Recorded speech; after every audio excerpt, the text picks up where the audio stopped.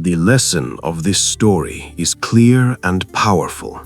In the deepest darkness of loss and isolation, true power awakens not from endless rage or flawless victory, but from choosing to protect what little light remains, turning your scars into a shield for others, and finding unbreakable strength in quiet, selfless service. Under the blood-red moon of the late Muromachi period, in the fractured lands where warlords clashed like thunder, there wandered a Ronin named Haruto of no house. Once a promising Hatamoto sworn to a minor daimyo, his lord had fallen in a night ambush, poisoned by false allies who coveted his lands. Haruto's wife and young daughter were taken as hostages to ensure his silence, then executed when he refused to betray his dying master's final command. The daimyo's banner burned. Haruto's name was erased. He became a ghost in armor, his katana notched from futile duels against bandits and mercenaries, his eyes hollow with the promise of death he could never quite claim. Haruto drifted to the fog-shrouded shores of the inland sea, where fishing villages clung to life amid endless raids. He slept under stars, ate what he could forage, and turned away from every offer of employment. Vengeance had consumed him. He sought only the warlord responsible, dreaming of one final cut that would end it all. But fate, cruel and patient, had other designs. In a storm-lashed hamlet called Kuragane, Haruto stumbled upon a scene that pierced his numbness. A band of desperate raiders, former soldiers turned bandits, had cornered the village elder and a handful of children in the shrine.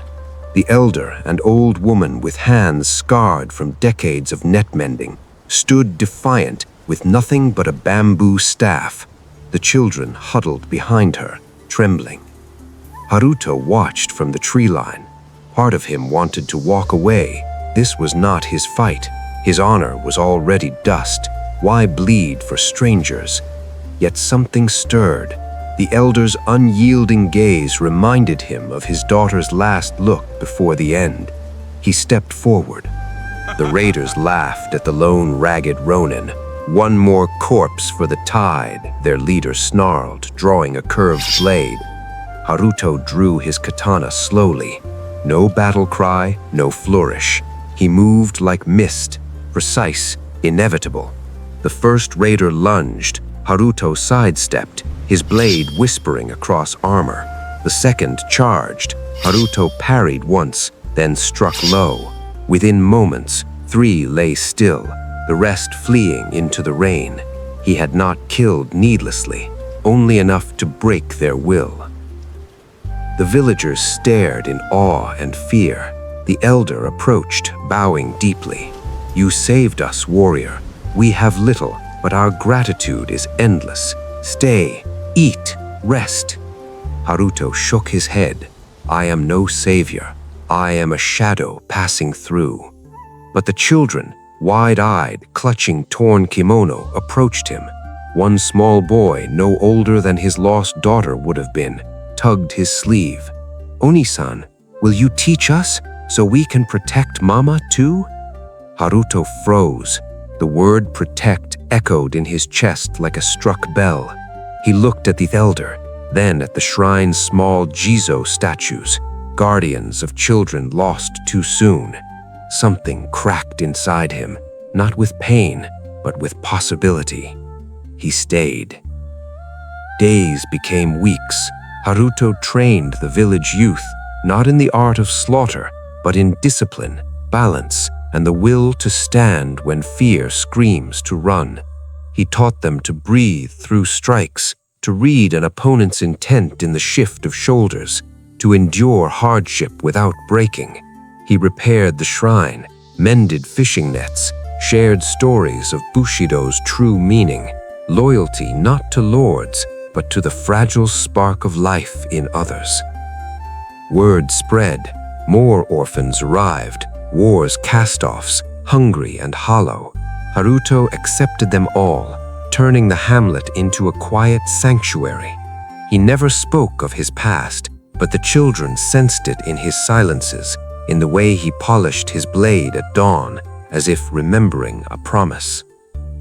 One winter night, the warlord responsible for Haruto's ruin, now a powerful daimyo, sent scouts to the coast, seeking tribute and conscripts.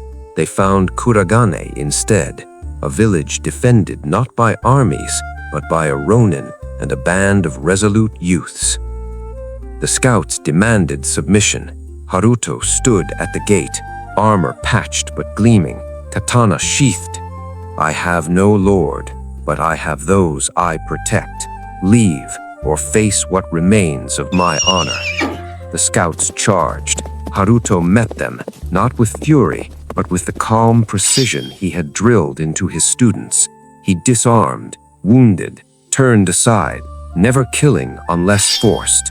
Behind him, the older children formed a line with staffs and fishing spears, eyes fierce but steady. The scouts faltered, then retreated. Word reached the daimyo. He came himself with a retinue of armored men, expecting easy conquest. Instead, he found Haruto kneeling in the snow before the shrine, surrounded by children who refused to flee. "You are the ghost of Ashina's fallen Hatamoto," the daimyo sneered. "I took everything from you. Why do you still breathe?" Haruto rose slowly. "Because breathing is the first act of defiance. You took my family, my name, my peace, but you could not take my choice. I choose to guard these lives instead of ending yours. Strike me down if it satisfies you. My path ends here, but theirs continues." The daimyo drew his sword, rage twisting his face. Yet as he looked past Haruto, at the children standing unafraid, at the elder who met his gaze without flinching, he hesitated. In that moment, he saw not weakness, but something he had long buried, unyielding spirit born from loss, not conquest. He lowered his blade. "Your sanctuary is beneath my notice," he muttered, turning away. "But know this, if you ever raise a banner against me, I will return." Haruto bowed once. "I raise no banner, only a shield." The daimyo departed. Peace returned to Kuragane, not the fragile peace of fear, but the enduring kind forged in quiet resolve. Haruto lived out his days there, hair turning silver, teaching generation after generation. He never sought fame or revenge.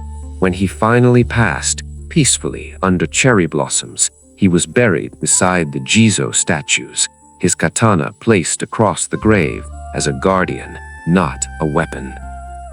Villagers still speak of him in whispers, the Ronin who chose the light. In their tales, he reminds them that even when the world strips you of everything, you retain one unbreakable thing, your next breath, and what you do with it.